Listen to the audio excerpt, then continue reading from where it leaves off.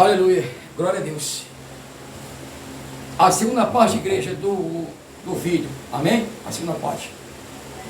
Voltamos ao capítulo 14, que o apóstolo João, em sua visão, então João vê os 3 anjos proclamando ou anunciando os juízos de Deus. Aleluia. E João vai entender, naquela visão que ele vê do Apocalipse, que os anjos estão trazendo a mensagem angelicais, as 3 mensagens proclamadas pelos 3 anjos, ou seja, o Evangelho eterno. Aleluia. No versículo 8, e outro anjo seguiu, dizendo: caiu Babilônia, aquela grande cidade que a todas as nações deu a beber do vinho da ira da sua prostituição. Meus amados, querido povo de Deus, glória a Deus, aleluia. Santo é o Senhor dos exércitos, toda a terra está cheia da sua glória. Querido, quando se fala de vinho, na Bíblia, nós temos orientações sobre a palavra vinho. Dentro da religião, nós podemos compreender e entender o sentido da palavra, o significado da palavra vinho, tá? Podemos interpretar dependendo do contexto bíblico, amém? O vinho, literalmente, como o vinho espiritual. Nesse caso aqui da profecia, das profecias, que o Apocalipse é uma profecia, é uma revelação. Então aqui na Babilônia, esse vinho é espiritual. O vinho é espiritual. Glória a Deus, aleluia. Que o versículo 9, e os seguiu o 3º anjo, dizendo com grande voz: se alguém adorar a besta e a sua imagem, e receber o sinal na testa ou na sua mão, 10, também o tal beberá do vinho da ira de Deus, que se deitou, não misturado no cálice da sua ira, e será atormentado com fogo e enxofre diante dos santos anjos e diante do Cordeiro. Aleluia.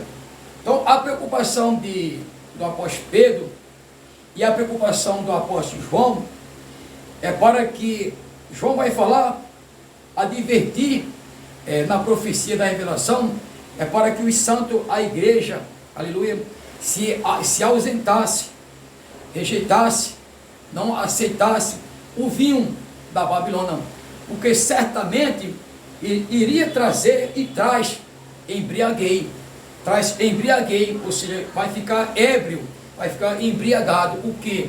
Louvado seja o nome do Senhor, pelo a doutrina, ou as doutrinas, que dentro da cidade de Babilônia se encontra o vinho que embriaga, ou seja, é o ensinamento, é a instrução, é a doutrina.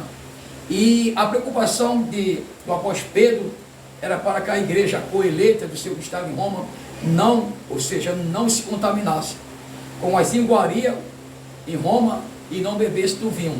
Ou seja, traduzindo em outras palavras, nós temos esse conhecimento como igreja, louvado seja o nome do Senhor, que a preocupação do Senhor Deus, a sua igreja, aleluia, com a nação dele, os judeus, e com a sua igreja que parte a partir do Novo Testamento, a noiva de Cristo, a igreja, e temos a nação dos judeus, a nação, o povo, e temos a igreja.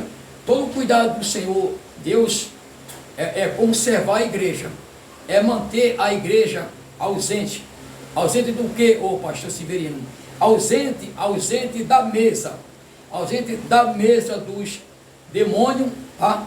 E ausente da mesa do imperador César, ou seja, outros imperadores que no decorrer da história passada, nos tempos passados, surgiu muitos imperadores romanos, aleluia, não só a perseguir a igreja, mas, aleluia, querendo que a igreja se submetesse debaixo de escravidão, o domínio dos imperadores romanos.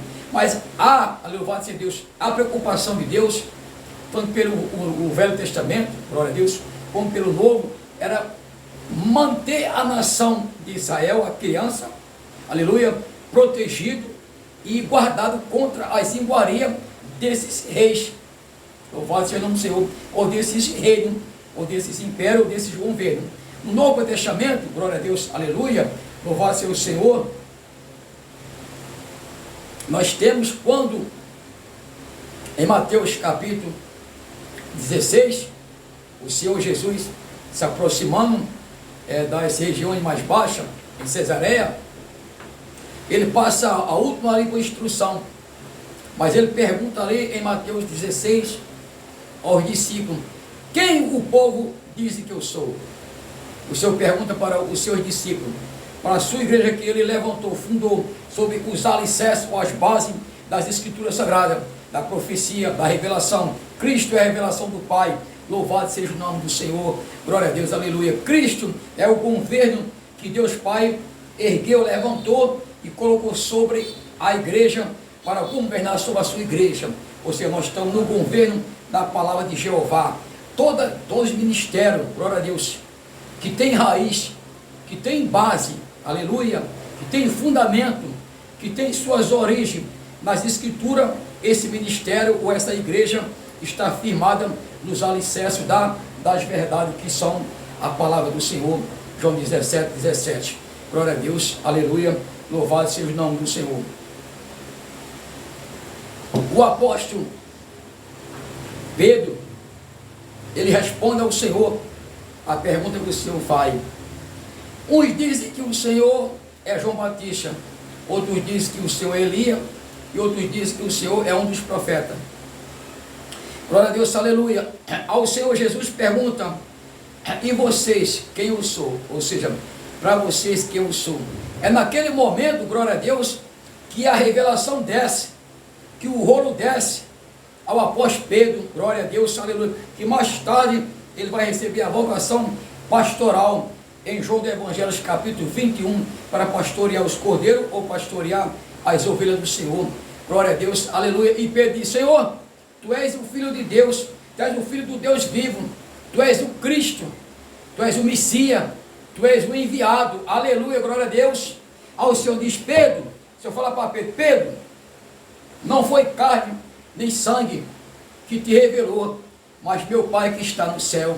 Ou seja, traduzindo, o Senhor falou: Pedro, não foi pessoas que te falou quem eu sou, não foi pessoas que revelou a minha identidade ou a minha credência dentro da casa do meu Pai, glória a Deus, aleluia, na igreja, mas foi o Espírito Santo que te revelou, meu Pai, foi o Espírito Santo que te revelou. Deus é Espírito, não importa que adore, que busque Ele em Espírito e em verdade. Deus é Espírito, Deus é o Pai dos Espíritos. Então nós vamos compreendendo, aleluia, que o próprio Senhor, como governador da igreja, como chefe da igreja, como cabeça da igreja, o Senhor cuidou muito bem da sua igreja. O Senhor Jesus zelou muito bem os 3 anos de ministério pastoral. Louvado seja o nome do Senhor. As Escrituras mostram: o Senhor apacentou bem a sua igreja, Ele zelou bem pela sua igreja, mas até antes mesmo de ele subir ao Pai, Ele já tinha levantado homens sinceros, fiéis, para pastorear, para governar a sua igreja. Ou seja, povo de Deus, a igreja do Senhor tem governo, glória a Deus. A igreja do Senhor, abaixo do cabeça, que é o Senhor Jesus, a igreja tem os cuidados, a igreja tem a sua proteção, a igreja ela é zelada. Mas quando a igreja do Senhor, ela está debaixo de um governo que é sincero com Deus, debaixo de uma liderança que não brinca com a palavra de Deus, mas leva a palavra de Deus, mas leva a palavra do Senhor em sinceridade e leva em verdade.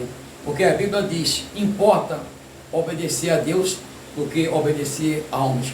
Hoje nós estamos vivendo um tempo difícil. Estamos vivendo um tempo difícil, meus queridos amados, que a igreja do Senhor, a igreja de Deus, ela está muito fora do alcance, do temor e do temer ao governo do Espírito Santo e ao governo da palavra de Deus.